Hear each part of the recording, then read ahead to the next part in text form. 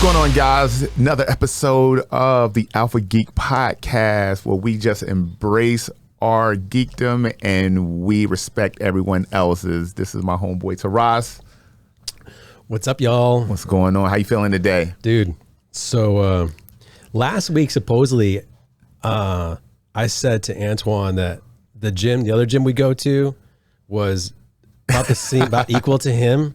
I don't remember saying that, but I probably did. So did. How do I feel today? Destroyed. First of all, that's perfect. We were both in the bathroom, and that's how. And I said, "Hey, is this harder than the other?" No. So no. After our workout, we were. Is a multiple person bathroom. It's like a residential or commercial bathroom, and I was like, "Hey, is this workout harder or easier than the other gym's workout?" And he was like, "It's about the same," with like no enthusiasm whatsoever. And I was like, "Okay, all right." Challenge accepted. Challenge accepted. No. Yeah. I took it easy on him today too, so that's weird. Yeah. Totally. Like, well, I'm sure you could see me just struggling. Like, you were hurting. I get like last week, and it was crazy. We like recorded. So we're trying to document our boxing. So we're trying to learn boxing and post it on Instagram and stuff. And last week, I was clear in mind. Wendy was clear. And what happens? Fucking camera didn't record any of it. I was like, damn it. Dude, that was a heartbreaker. It was so bad. It was a heartbreaker. You were hurt over that too. Yeah, totally. I saw a little tear. That is fucking discouraging though. Yeah. And it was like a lot of footage. Yeah. It was a whole lot of footage. It was easily 30 to 35 minutes of footage. For sure. Just like down the drain. Yeah. And what was cool is that we were... because if any of the listeners or viewers, you do any boxing at all with mitt work, and I'm going to sound stupid talking about this, but like when he holds the mitts up and he says 1-2 or 1 or 2-3-2, last week he didn't have to say anything. I was just like, we were just working rock on solid. it. Yeah, dude, but that's a call to your progress too. Yeah, it's like you can just go in, and when you see it, you can react, which is going to be more reflective of a real fight. You know, if you were in a real fight, you don't want to have to think about what to do. It has to be organic, right? Yeah. So, you're killing it. And plus the dude, you know, look at him. He wears skin tight shirts, and he was just want to make sure that he looks good in them. I get it. If it ain't tight, it ain't right. And I make sure like flexing about to rip that thing at the seams. But hey, like you work hard, you got a nice body, you're supposed to, you know, show it off a little bit. Agreed. Me, on the other hand, I just came from my golf lesson. Oh, really? Yeah, I started taking golf lessons. I play pretty well. I'm not, you know, I'm a bogey. I'm a bogey golfer. I'm not super great golfer, but I do see the potential for me to be really good at it. And so I started taking lessons over at Heron Ridge. And shout out to Kyle, my golf instructor. Dude's awesome. And it's just it's funny. The smallest tweaks can change everything.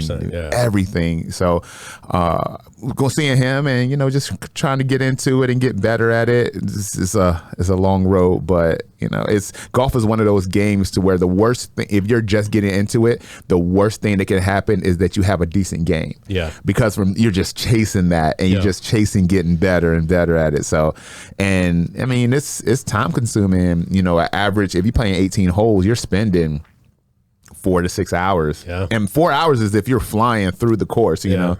If you're playing with 4 or 6 guys, you know, you're going to be there all day. Plus, you know, when the drinking gets involved and stuff like that, then, you know, it turns into a party. But I'm glad I picked it up. I tell everyone my biggest regret, I have 2 large regrets in life. Number 1 is that I didn't take drama. Like act. I feel like I would have been really good at that. Seriously, man. I know I'm dramatic as shit, but I do. I feel like that's something I would have, you know, really connected with. And number 2, golf. Oh, really? Yeah. In high school, my typing teacher, my marketing teacher was also the golf coach. And every day, at least once a week, going to class, and he's, Britt, you need to give that shit up and play golf. You'd be great at it. And, you know, as a, you know, young black kid, you're not trying to hear that shit. I'm not trying to play golf, but I'm telling you, if I could go back and change anything, it would be that. Wow. All the kids in my neighborhood, we were playing football and basketball and things like that. So, it's just what you did. And, to think out of your comfort zone or to think out of the box, it just was non-existent. So, but I wish I would have went back and done that. Was Tiger your inspiration? No, Tiger wasn't even. You forget I'm old as shit. Tiger wasn't even a thing back then. Really? It was. I didn't even follow golf. Tiger became the guy that made young black kids follow golf. Yeah. Up to that, at least from my experience, up to that point, we had like no knowledge of golf. Nowhere near a golf course. Nowhere. Never saw the game in person. So, Huh. I wish I would have. I thought Tiger. I don't know how. I guess I don't know how old you are. Yeah, I'm 45. I'm an old man, dude. Isn't Tiger that's like Tiger's age? I think, isn't it? Yeah, I guess so. Yeah. But I think Tiger's a couple years older than me. Is he? I think he is. Maybe. Yeah. But he's probably my age. Tiger Woods, yo. Tiger Woods, yo. Yeah, that dude. Tiger's a big fan. He's a big fan of the Alpha Geek podcast. He listens to it all the time. Right, yeah, he Tiger? does. Yeah, he does. Smart man. Yeah. There's some video out there of him and his kid. His kid plays now, and I'm not sure, maybe somewhere between 10 and 12 years old, but they are like mirror images of each other. They move the same. They hit the ball the same. Their body language is the same, and it just kind of speaks to, if you just are just like indoctrinated with a certain thing, how much that symbiotic relationship between whoever the teacher and whoever the teachee or the pupil is, how much are they going to take that on, how much they're going to pick up of that, because a lot of it is probably not intentional. It's just like even down to the way he scratches his nose or puts his hands on his hip, and they put them side by side, and it's just like mirror images of each other. It's crazy. It's cool. It's cool to see that you can do a thing and love it so much and to be so much a part of your life, and then you bring your little ones up and they start doing like with dance is like when you see someone like one of your teammates or they dance and start moving like you're like, oh shit, it's cool to see, man. It's cool to watch the babies push the babies out of the bird nest type thing. Totally. So on the topic of Tiger and drama, 2 episodes ago we talked about the Aquaman release and the drama that personal relationships bring to movies. So, and the whole Amber Heard thing. So I'm wondering, so Tiger's son is, who's the mom? It's a model. Who was it? She's the blonde girl? Is that the one that like ran over the mailbox? Yeah, that's what I'm wondering. Beat the shit out of him. Right? Yes. Okay. And I don't know why I'm forgetting her name right now. It's funny because any conversation I'm in, I remember it, and now I'm on the spot and I can't. But yeah, that's baby mama. So because his game went, like, he lost his game, injuries and all that, but I wonder how much personal shit like created that downfall for. It's like one of our trainers was talking about, you never really have issues in your profession, whether it's sports, movies, acting, whatever, but it's the personal stuff that gets in the way, and that's always the downfall of everything. So it's how do top competitors or actors or top elite people deal with separating personal from professional?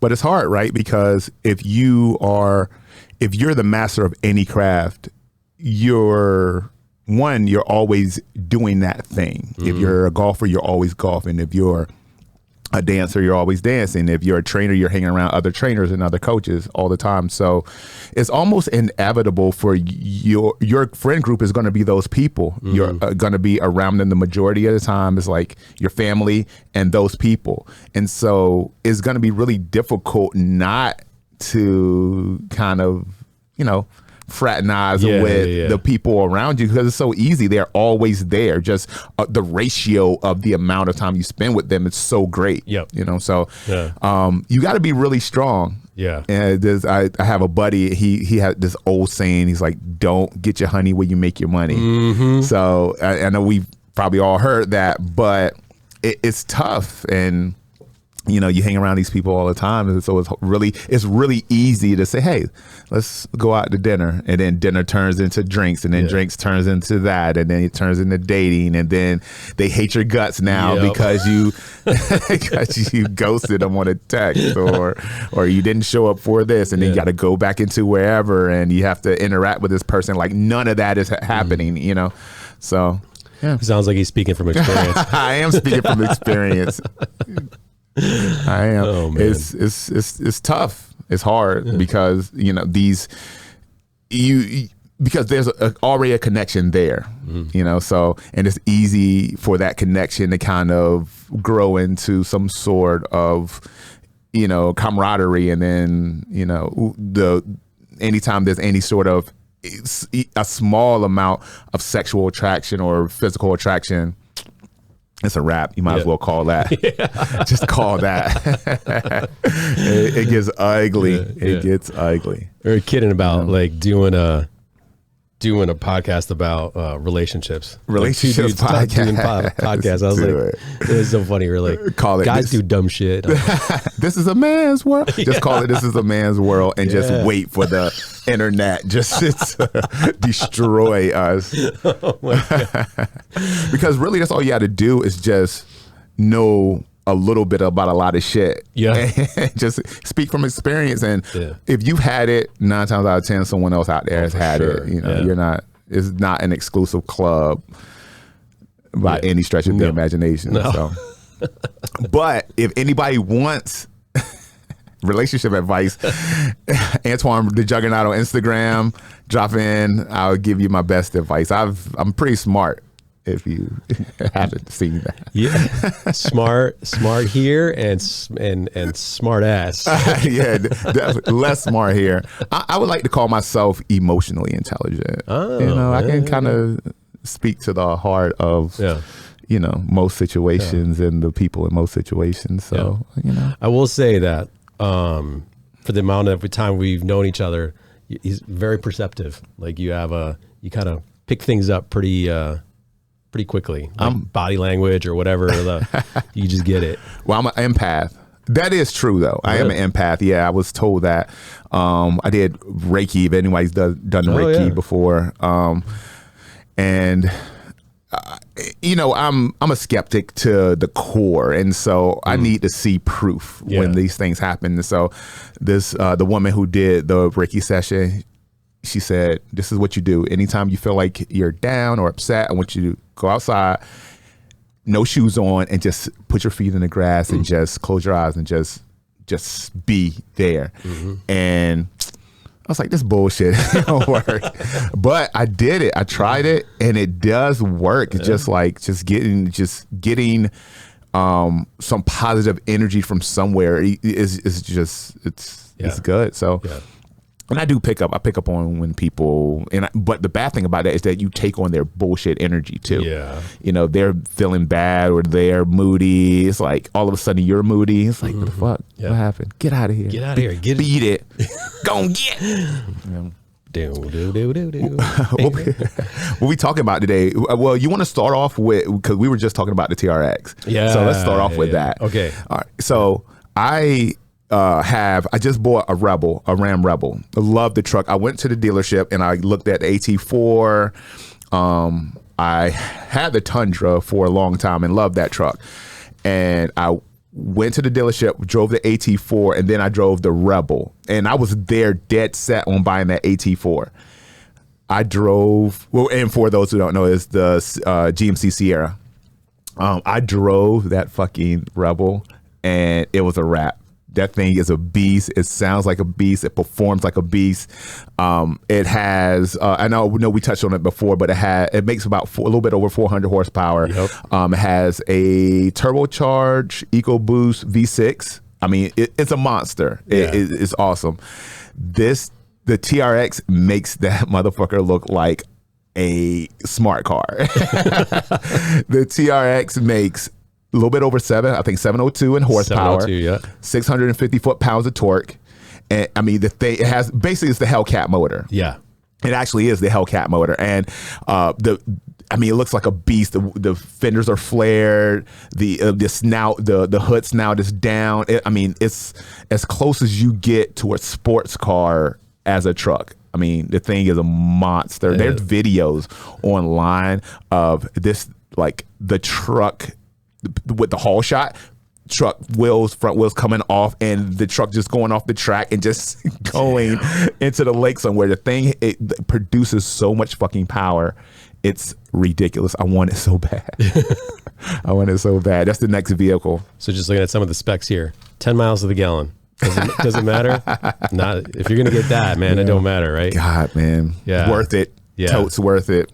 Yeah. Wow. So 702 horsepower. If you want to find a good way to spend about $100,000, yeah, that's. But I'm telling you, like, you can't get like a higher. I'm not even talking about the highest end shit. You can't get a nice high end car, mid range car for less than like $60,000 now. Dude, yeah.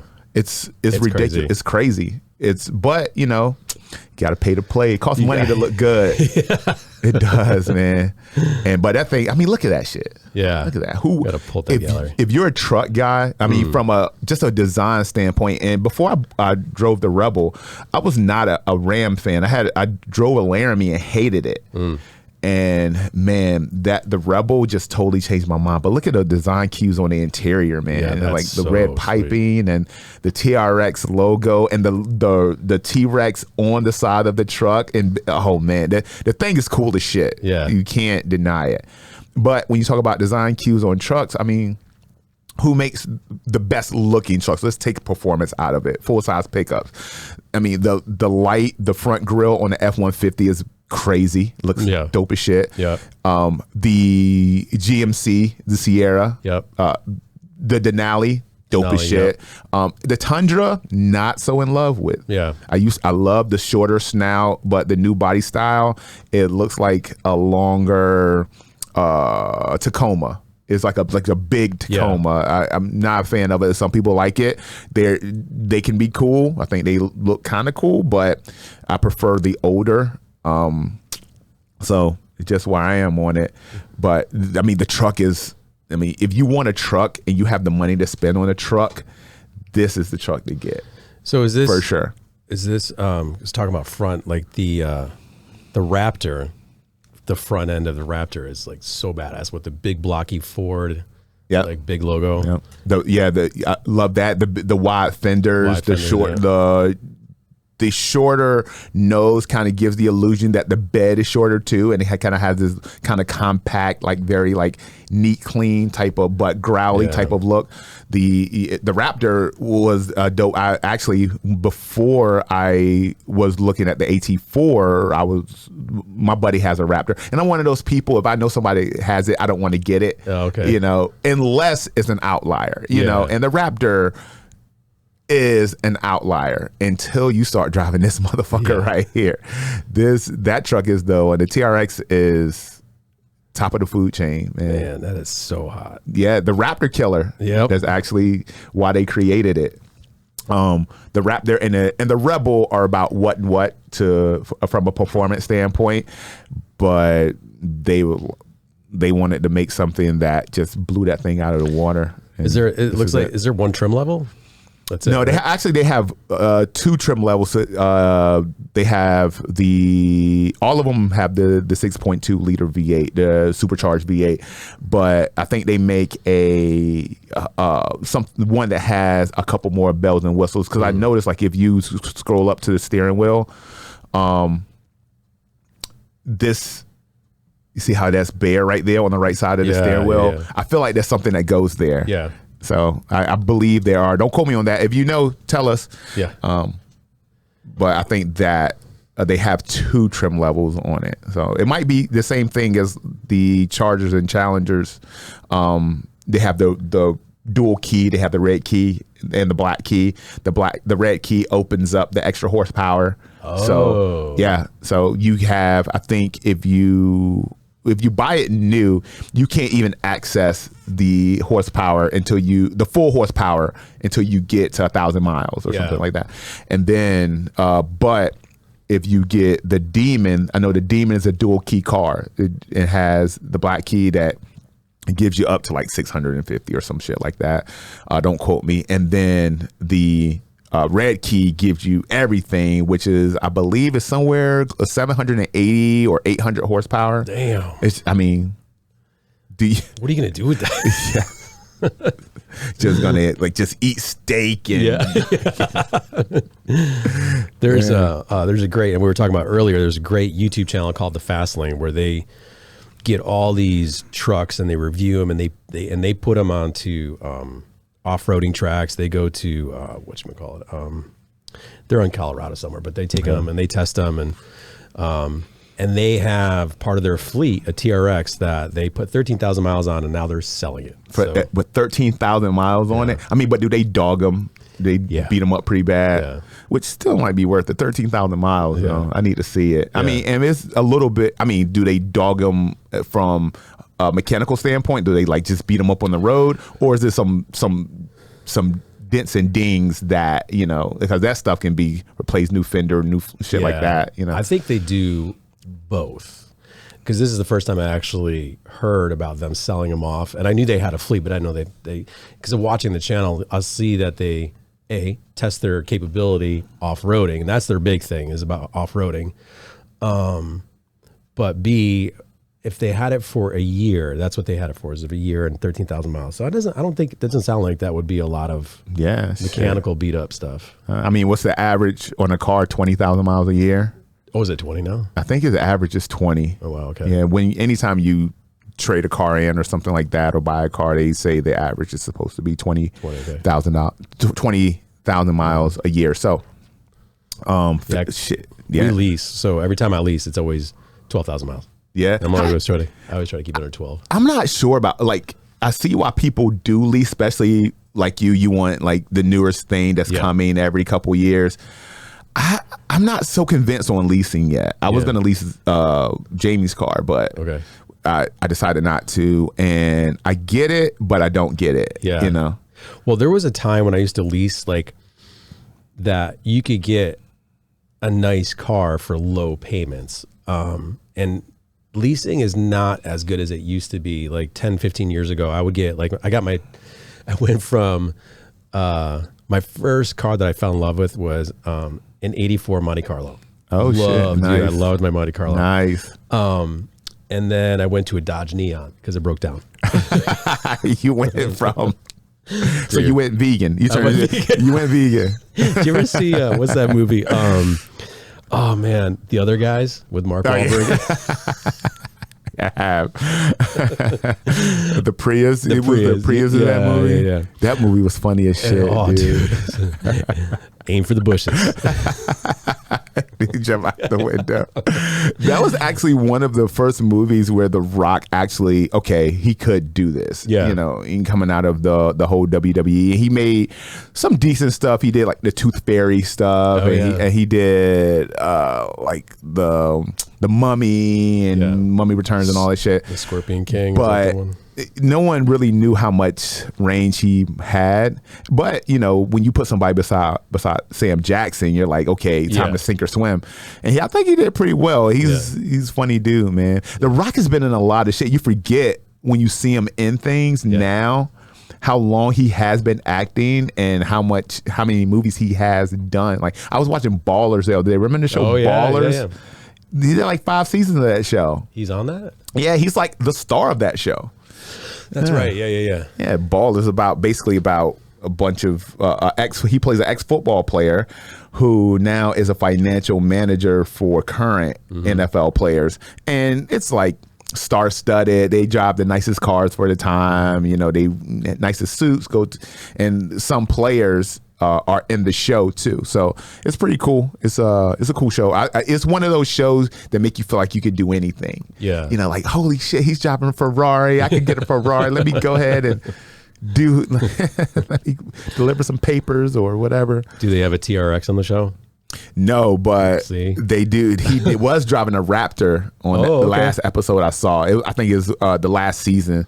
He drives a Raptor. I mean, the car game is ridiculous in this show, but they just kind of follow the trend, almost like Fast and Furious. They just follow what's hot and let's follow this trend, and we'll, kind of put this trend on steroids. Like, and I love those movies, by the way. The Fast and Furious. It's so realistic. Yeah, it's so realistic. So realistic, man. Oh man. So yeah, I just I've been watching, trying to catch up on a lot of streaming TV lately, just because it's because of the stuff we want to cover, but also there's so many out there, and I get to the point to where I'll start watching one, and then I'll see the beginning of another one, totally forget about this shit, and start watching that one. Then remember I had this show over here, and then go back to it's so many streaming services out there, man. And each one has so much content. Yep, it's ridiculous. So watch that, and then Gen V. Gen V is my new shit. Yeah, that's my new shit. You got to watch it, dude. Amazon Prime. Okay. I know we kind of touched on it last week, but I finally got to watch it. And I like how Amazon gives you can't binge it, but they don't keep you waiting either. They give you 3 episodes off Jump Street, and then they do it episodically over every week, right? Yeah. So it's enough to really get you attached to it, but you can't binge it all at once because you will. Yeah. But Gen V is awesome. In the same universe as The Boys, follows the school in this universe that trains all the superheroes. And it's cool because all the people who have abilities aren't superheroes. Some people want to be actors or actresses. Some people want to do this and use their powers for other stuff. The lead character on this show does want to be a superhero, but they don't want her to be a superhero. They're like, her power is blood bending. Wait, what? Yeah. Blood bending? So basically, this show is fucked up, dude. So basically, she found out she had powers because her stomach was bothering her at 12 years old. She goes upstairs and she's having her first period. All right. Okay. And mom's obviously upset, wants to empathize. And so she's banging on the door, trying to come in. And as she's on the toilet, the blood starts to float up in the air. She has no idea what's going on. This is where her powers first manifest, right? And her mom busts in the bathroom. She gets scared, turns the blood into a knife, and it slices her mom's throat. Oh shit! Yes, this is how the show starts. It's like The Boys when I can't remember the character's name when he ran through the girlfriend. Oh yeah, A-Train. Yes, A-Train. A-Train. Yeah, that gets a lot worse, but. Yeah, it's weird. So she kills her mom. Dad comes in, and she gets even more scared because her mom is dead, bleeding on the floor. That blood explodes, throws her dad on the ceiling, breaks his neck or something like that. So dad's dead.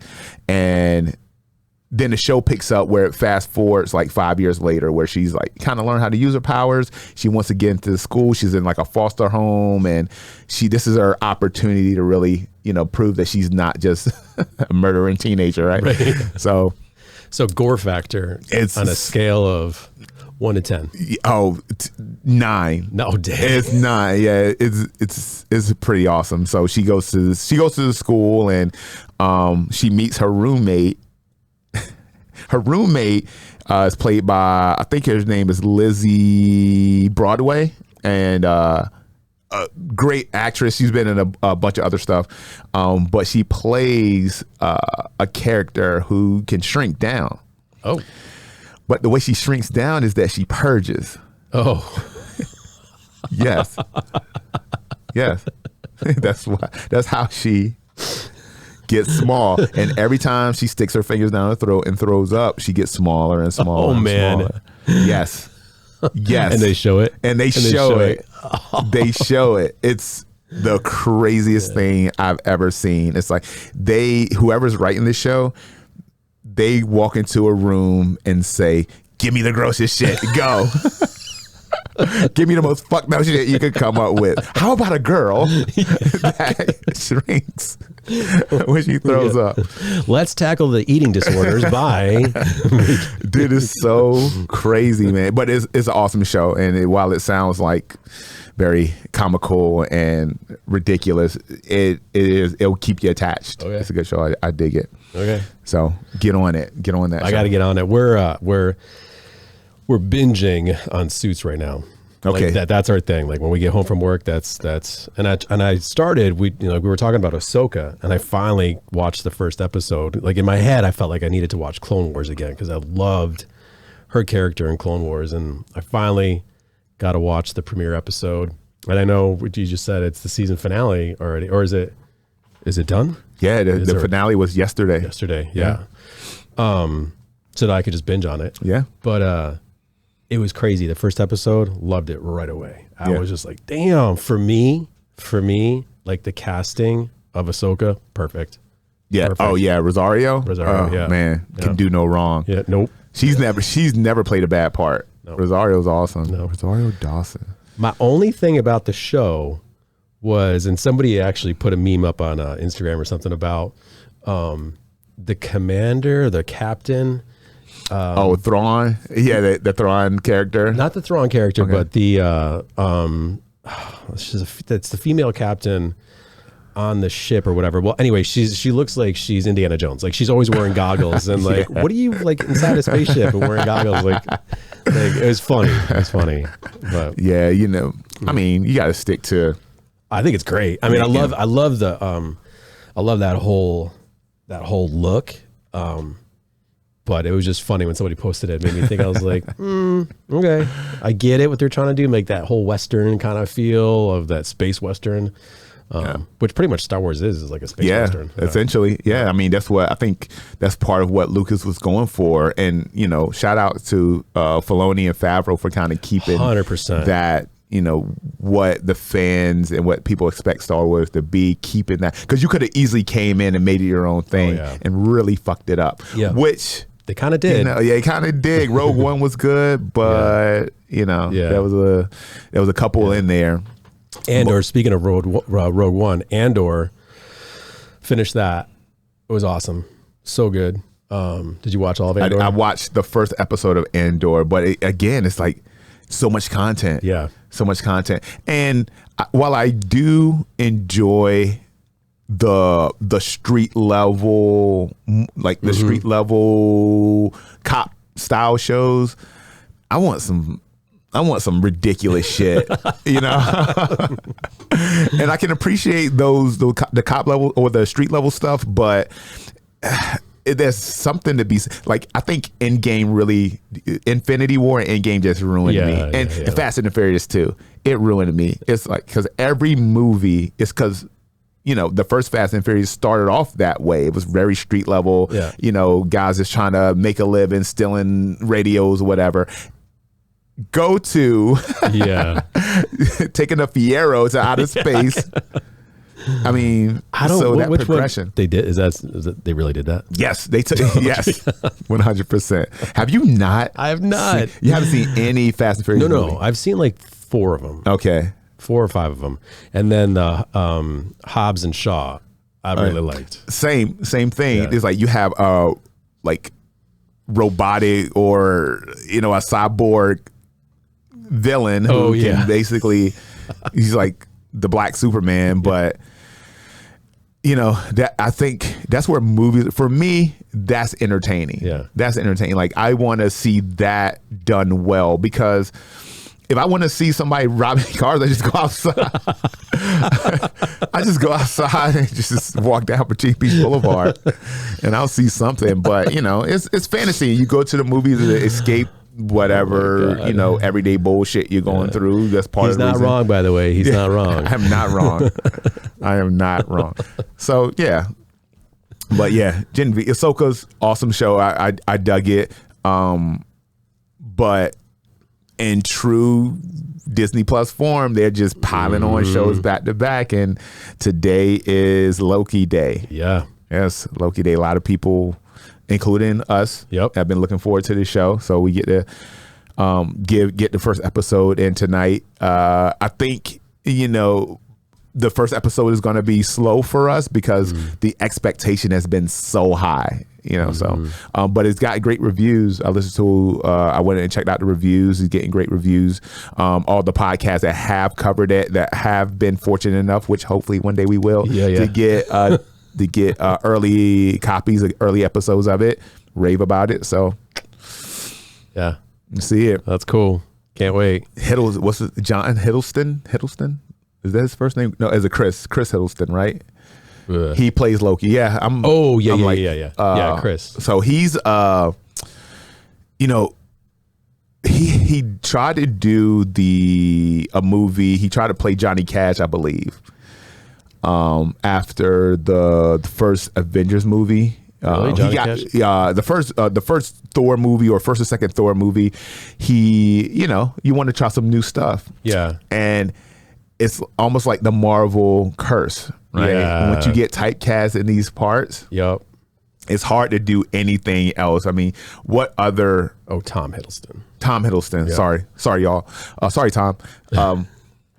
What else have those actors done outside of the Marvel universe and had like continued success? I know Chris Evans did The Gray Man on Netflix, right? Yep. Downey. Well, Downey was a legend before. He was a legend before, right? But he had a couple. No one would go to the theaters unless he was playing Iron Man up until Oppenheimer. That that changed things for him. But did you see that? I have not seen it yet. Me neither. But he did the Doolittle movies. He did that, that stuff, and nobody showed up. And Hiddleston tried to do the Johnny Cash thing. I don't think anyone showed up. So, it's like the curse. You're this character now, and there's a couple actresses and actors that have voiced concern about what that looks like, trying to leave Disney or trying to leave Marvel and trying to do other things, and it doesn't go well. Yeah. So, Who well, then you get like oh my god, I forgot his name. Wolverine. Jeez. Jackman. Hugh Jackman. Yeah. Everyone thought he was going to be the Wolverine, and then he comes out with The Greatest Showman. Yeah, exactly. And it just like completely goes the other way. Yeah. Which was awesome. But and Hugh there's exceptions to that rule, obviously, right? And so you do have a couple people like, Ryan Reynolds. Ryan Reynolds, he did Free Guy, which is, still kind of in the same vein a little bit. Yeah. Ryan Reynolds for me is like Deadpool. Like he is Deadpool. He is Deadpool now. Every character, like Free Guy. I loved Free Guy, and I loved like the little Easter eggs in there, like at the end of the movie when they're doing or like when he first gets into, or when they're first just showing like somebody just like, what do they call it? Teabagging somebody and like glitching and stuff. But I was like, it's Deadpool. He's like Deadpool. But I love his like sidekick guy. He's like, just give me a hug. Yeah. What's that guy's name? Funny. He's in a lot of stuff too. But his character's name was Buddy. Yeah. But what's up, guy? Yeah. Hey, buddy. Yeah, man. We'll see what happens with that and see if Loki actually delivers. I think it will. Oh yeah, totally. People are excited about it. It's kind of one of those things going back to like Marvel and versus DC, how the source material is so good, and your job as production is to recreate this stuff in live action, but just not fuck it up. Yeah. Right? Yeah. So, but the difference here is that, all this stuff is original. Yeah. That Marvel is doing with Disney. They're doing something totally different. So the whole Loki show, it's not pulled from any content. That's just all creative writing. I think all the Disney Plus shows have been kind of not one off because they are canon. Mm-hmm. But there's no source material for this stuff. Like they're writing their scripts, they're getting in and creating these shows. So they've been hitting. I would say all the Disney shows up to this point have been pretty good. I guess if you had to pick one, What If, which is have you seen What If? Mm-mm. So What If is basically a whole bunch of Elseworld stories. Like what would happen if Sharon Carter got the super soldier serum instead of Steve Rogers. I think I saw like one episode of that. Yeah. So a bunch of what else stories, and so it gives you the ability to play with your characters a little bit and do a little bit of more character development without destroying your continuity. So and so I loved pretty much all of the Disney Plus shows, some more than others. Everyone gives Falcon and Winter Soldier a hard time. I thought that was one of the better shows. I agree. You know, I think it touched on a lot of political, social things that we are dealing with as a society, you know, here today. And, you know, the fact that you try to introduce, I think they played on the fact that at some point Captain America is gonna be recast. People want to see a Chris Evans Captain America, and people would love for Chris Evans to come back, but you can't play Captain America forever. No. Right? And so Anthony Mackie is the new Captain America. I think he's going to do a great job. I think, you know, changing the landscape a little bit is a good thing, obviously. So we'll see how it goes. But people just gave that show a hard time, man. And I thought it was a pretty good show. It was good. Yeah, my wife and I both really enjoyed it. Speaking of recasting, the whole two things. James Bond. Oh yeah, is Cavill? Is that Cavill is not going to be James Bond? Oh shit, who is it? No, I thought I heard. Well, okay, so going back to Cavill, I heard that he's going to be doing Highlander.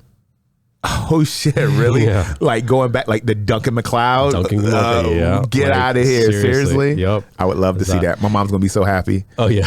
She used to love fucking Highlander, dude. I love that show. I loved what is this, Cregan or whatever his name was. It was like the original bad guy.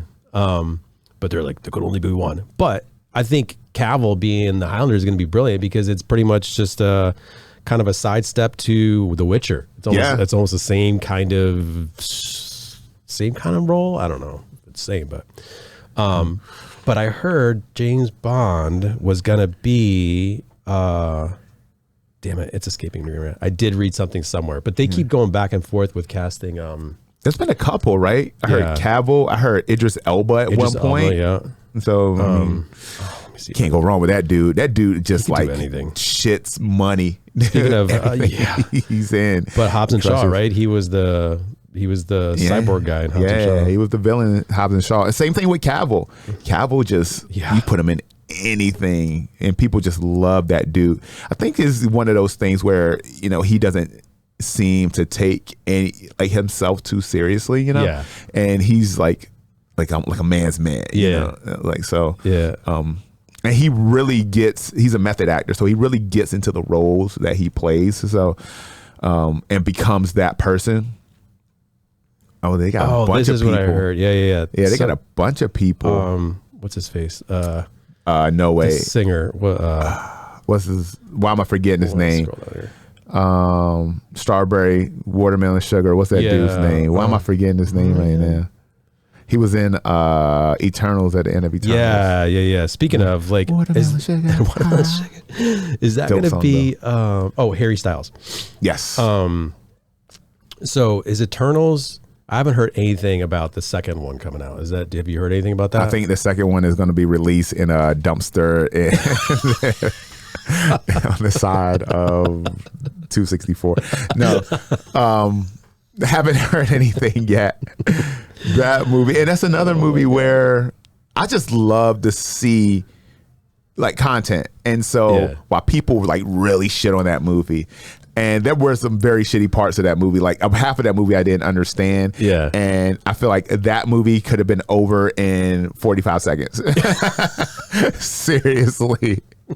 It's like, but I like the way they play. They did do some good things, like the way they played with speed and how to show speed on screen. I think it was very cool. I mean, the way they showed flight on screen as well. It was pretty cool.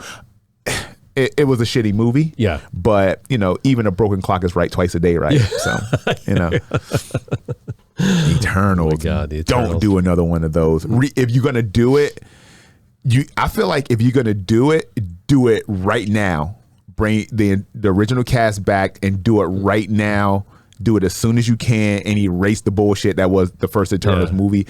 Or you let that shit lie for about 10 years and you recast it and you do a whole new reboot on it. You can't. I remember the hype, hearing about the hype behind it when it was being made or about to come out. Like, I was excited about it. I was like, this is gonna be freaking great, but nope. That shit was atrocious. It was pretty bad. It was bad, and I haven't seen a bad that was the worst Marvel movie I've seen. Like between that and Quantumania, those were the two worst Marvel movies I've ever seen. But I haven't seen anything in between. Either I really like them, or they're fucking terrible. And I might take that back. But I liked Quantumania, and it could be because I watched it on an airplane, and there's nothing else to do, and it was entertaining. The best movie ever. I was in the middle seat. I was like, take me away from this. Like, do you have a rule of if you fly, I'm sure you don't fly in the middle seat. I try not to. Yeah. But if you are in the aisle seat or the window seat, and there's somebody in the middle, do you abide by the unofficial rule of the person in the middle gets both armrests? What? Is that a rule? No. I feel like the bigger person should get the armrest. Okay. Like the person who needs the armrest the most should get the armrest, right? I don't know. I had a long. Okay, so I might be thin, but I'm long. I'm tall, right? So some dude. Go ahead. That was a layup. Yeah, I was waiting for it. I was sitting between, if that, two dudes, big fucking dudes, like, and just eating up my space. I was like, bros, I'm looking at them, just like trying to like push my elbows out. No, they just both look at me like, now, and that was a flight that I didn't get my status, because usually if we fly, we travel so much, I get some status, so I'm kind of, I'm fancy like that. Yeah. But anyway, okay, so no, yeah, when I fly, I'm strictly American. I only fly American, and my points are racking up. So, but when I do fly, they give you the option of picking your flights and your seats, and I always get a window seat or an aisle seat. But in the past, when I've flown and I got the middle seat, it's like the worst fucking thing. Luckily, I've never been in the middle with like two giant dudes. It's always been like a little late. I did fly to Vegas one time, and this lady fell asleep on my shoulder. Oh. And she was, I say lady, but she was a girl. She was maybe in her 20s, and she fell asleep, and she drooled all over my fucking shoulder, dude. I lied to you not. Me and my buddy Mike were going to Vegas, and we connected in Charlotte, and she gets on the plane, and she's sitting in between us, and she was not actually nice enough to sit in between us because we were sitting next to each other, and we were like, oh, you guys are kind of big, I'll sit in the middle. I was like, oh, thank you, that's so great. And she wasn't bad to look at either. We're like, okay, halfway through the flight, she starts snoring. Oh, and no. She's like, like when you lean forward and you wake yourself up because you lean forward so hard. Yeah. She did it a couple of times, and me and Mike are dying laughing, but try not to wake her up. And then she just lays her head on my shoulder. Not so bad, but then like, I look at my shoulder and she's drooling, like she's spitting. Damn. She's not drooling. When you hear drool, you hear, okay, it might be a little bit. Yeah. She is straight up spitting on my shoulder, and she's there. I was like, oh God. Man. But like a dog. I tried to like kind of nudge her off of it a little bit. She wasn't waking up. No. She wasn't moving. No. And then when the flight lands, she wakes up. She's like, all right, guys, have a great day. Nice to meet you. It was like all of a sudden she's cute, and then now she's not. Man. I was like, look at my shoulder. You got to pay for this. Yeah. What we got going on this weekend? Fastlane on some wrestling shit. Oh yeah. Fastlane is going to be good. That's their pay-per-view. Mad Dash to WrestleMania. So we'll see what happens. I think the big matches are going on. Cody Rhodes, which just happened.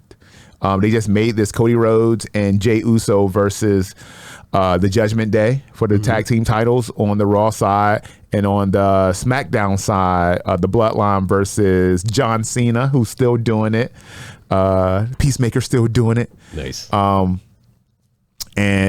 LA Knight. So LA Knight continue to get the push in WWE. I think I like the match layout. Jey Uso is just performing at another level right now.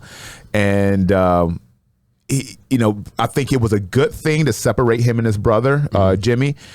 because inevitably you want to see them. They want to fight each. Like Jey Uso has come out to say his ultimate dream is to wrestle his brother at a WrestleMania. So, you take him off the show. You turn Jimmy to a heel. Jay's a babyface. And they go and run their ruse. Roman Reigns has been non-existent. He hasn't. I think he's finally coming back at the end of the month or end of October, and so it gives Jimmy a little bit of time to develop his character to become like a true heel, which he is getting. He's getting a lot of heat right now. Like the fans boo him every time he grabs the mic. They starting to boo him. So, and then Solo is now. I don't think Solo's ever going to be a true heel. I think he's going to be almost like an anti-hero type character, almost like what Stone Cold Steve Austin was. Oh yeah, nowhere as big as Stone Cold, but someone that if he turned heel, if he did something bad. Okay, if he did some great, even better, and then with Jey Uso is like the fans. His pops are so ridiculous, man. Like he comes out, the fans go crazy, and I don't think there's anyone on SmackDown.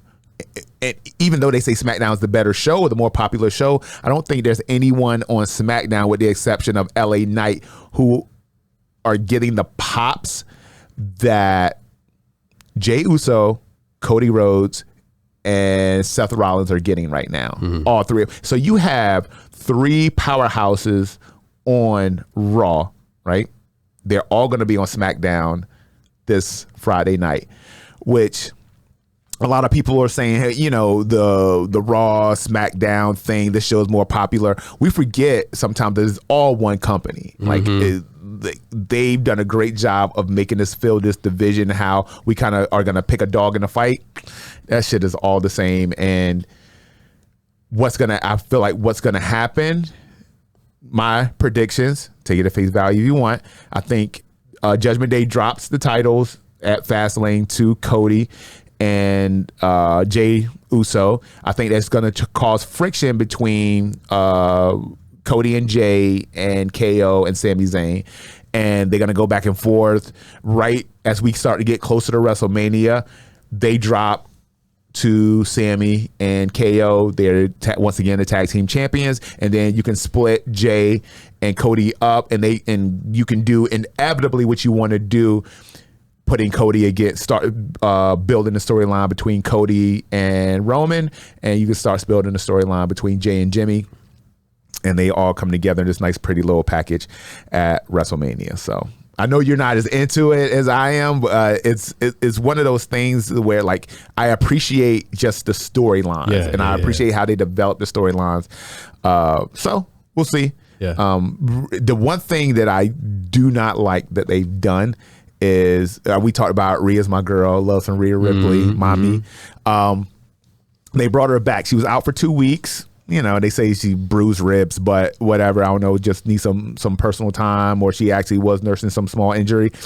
But she comes back, and they just have her do a run out against the girl who put her out, Nia Jax. And mommy is so popular. Rhea Ripley is so popular right now. I feel like when you bring her back, it needs to be a spectacle. It needs to be a run out. If you're going to do a run out, do a run out when Nia's in there just beating the shit out of one girl. You don't have a run out with multiple girls that Nia's put out over the weeks. I feel like you do that with someone who's a mid-carder, who's starting to come up a little bit. You don't do that with your most popular female athlete or your female performer. So that was the only thing that kind of, but who fuck am I? And then the biggest news is that WWE just signed Jade Cargill. Now, Jade Cargill is a monster. I want you to look her up. Okay. Jade, I gave her I sent the information over to you. This girl is a specimen. She is a specimen, dude. Like, if you take athletic, beautiful, does well on a mic, has won titles in other organizations, you finally bring her over. I want you to look at this girl. I mean, she's gonna kill it. She's going to kill it. A lot of people have been looking forward to this. It's been rumblings. It actually happened relatively quickly to get her over. She's in the Performance Center right now, just, knocking the rust off, getting ready to go into the ring for the WWE. So where does she go, though? Does she go to SmackDown or does she go to Raw? I feel like if she goes to SmackDown, obviously you're going to put her up against other powerhouses like Bianca. I mean, look at that. Jeez, she's put her pressing her right up there. She's legit. She's super legit. She goes to SmackDown, you put her up against Bianca. Charlotte's over at SmackDown. So even if you want to like throw the champ in and put Io Sky in there, I think Io Sky is kind of like the odd man out. You let these girls kind of go at it and create whoever going to be the dominant force is, and then they do a title run. If you take her over to Raw, then you got Rhea Ripley, you got Nia Jax, you got Shayna Baszler. So, she can, there's a storyline and there's great rivalries no matter where she goes. Me personally, I would love to see her on Raw because, Nia and Rhea, yeah, there's going to be a great rivalry for a little bit. But her and Rhea going head to head is awesome. But from an athletic standpoint, like Bianca is a specimen, and to send her over at SmackDown and have her and Bianca go at it, I think that's great too. It's all about sellability, right? The one thing that I love about Rhea is that she puts her opponents over so hard. She sells so well, and that makes her great. I don't think there's very few wrestlers, especially females, that sell like Rhea does. So Bianca and her and Jade going back and forth, I think you can bring up another superstar by having them sell for these two, breaking them up a little bit, or you take her over to Raw and let her Rhea go back and forth and just let Rhea sell. Inevitably, Rhea comes out on top, but Rhea is gonna just really make Jade she's gonna take her to the stratosphere. So we'll see what happens. I'm just a guy. Who loves wrestling. Sounds like you should be the Joe Rogan of wrestling. Wrestling. No, dude. I'm a fan. I appreciate the craft that is. So, on another note, Edge just went to AEW, which is a competing organization, a little bit smaller organization, who will probably at some point be swallowed up by the WWE or TKO now Endeavor, somewhere down the line. But I think it's a good move for Edge. He's going to go over. He's going to help those guys out, and he's going to add a little bit more legitimacy to that organization. And I don't see Edge performing for too much longer. He can, but I think he's done everything. He's done everything you can do in the business. I think he goes over, helps AEW, maybe comes back to the WWE in some sort of front office capacity, and then, he's already a Hall of Famer. So, so I think listening to you talk about this, I feel like there needs to be a character in the WWE called the Juggernaut. I feel like you used to have 2 regrets. I feel like you might have had it. No way, dude. My body can't take it at this age. I actually thought about it one time when I after I did the Ultimate Fighter and I came back, and I knew that my MMA career was starting to kind of die down. You got to be passionate about it, and I just wasn't as passionate as I used to be about it. And you can feel it. Yeah. As a pro athlete, you can feel when it's, the sun is going to start getting low. So I actually thought about it, but I just felt like I was too far behind the 8 ball. And, you want to start, and that's a road, you're doing house shows and you're training and you're doing, these smaller shows, and your body gets beat up for years before you even get to anywhere near this level. So, yeah. And people like Rhea, they come in and they got it. Yeah. And you got some people that just come in and just have it. And I was already an old man trying to kill me and shit. Well, who is it that came back? Oh my God, I just forgot his name again. He went to MMA, big dude. Oh, wrestler, Brock Lesnar. Yeah. Brock. Like, Yeah, he's a big boy, man. He's one of those guys. So he started off. He left college as a NCAA champ and went right into the WWE because that's where the money was. Yeah. And then when he decided, but he walked on with the Vikings, I believe. Yeah. Yeah. When he decided to get into MMA, everybody gave him shit because this is the wrestling guy. This guy is a professional wrestler. Then he comes in and does work. Yeah. So, I mean, and a guy that big and that strong and that athletic, dude, he's going to do well. He's so fast. Like he was so fast. Like Brock. Jeez. Yeah. Until Overeem put that kick in his side. Oh, okay. Overeem kicked that body one time. Or knee, dude. Or gave him that knee. And that Overeem fight, Brock had just come off of a long time being out with diverticulitis. Yeah, what was that? He had diverticulitis. He had to have surgery, and I think they removed a portion of his intestine. Oh. So he had just come back from that. Overeem was like, hold my coffee. Yeah. And that was when we had the Ream too. So there's two Alistair Overeems. There's Alistair Overeem and then there's the Ream. The Ream is the dude that had no problem taking all the steroids on God's green earth. Oh yeah. And this dude was jacked. And he was a monster. Nicest dude in the world. I mean, I was on a couple cars with him over at Strikeforce. Dude, super nice. But he's a scary motherfucker, dude. He's a scary individual. And in that fight, he risked getting hit by Brock just to get close enough to deliver a knee. And you saw it. He had his hands up just to kind of parry punches. And as soon as he got close enough, he would throw a knee. Pow! And everyone looks like it was just taking a little bit more Brock's soul. Just a little bit more.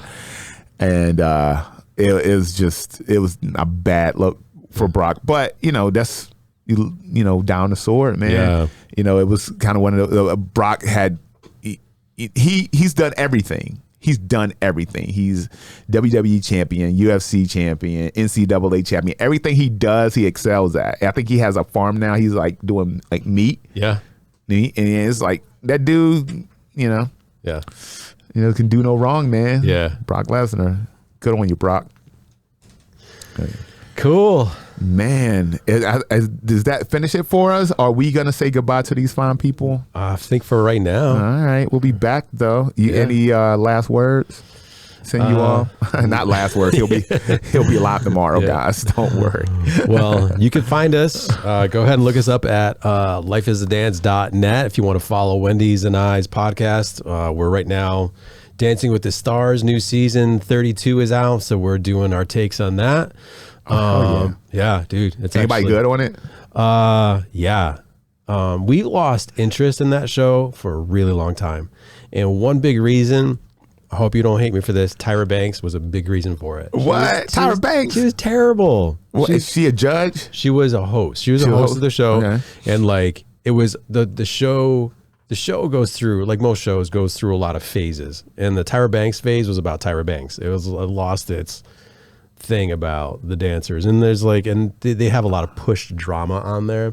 But I feel like the production value, the dancing standard, the pros that are on that, the amateurs now, you tell those amateurs, they're not no less than people. And that's why we brought you up. We were talking about the difference between people who go on to a dance show with really no training versus the national show, which people go in there with a lot of training. Really? One of our friends taught, her name escapes me again, but taught one of the female stars for a year before she was saying, "Oh, I'm going to be on Dancing with the Stars." Oh shit! I have no dance experience. And got some ringers in there. Yeah. But oh man. But yeah, look us up at lifeisadance.net. We have a podcast. Look at it. Find us on Spotify. Antoine, where can they find you? Man, I'm on the gram. You know it. It's Antoine the Juggernaut on Instagram. Antoine Britt on Facebook. Juggernaut Cookies on TikTok. Brit Fit Zone on Twitter, whatever it is now. What the platform formerly known as Twitter, and that's good. Check out Cookiehunk.com. The best tasting gluten-free protein cookies you'll ever have. I know you hate when you bite into a cookie and it has a chalky aftertaste because you want to feel healthy, but you don't want cookies that taste like shit. We got you.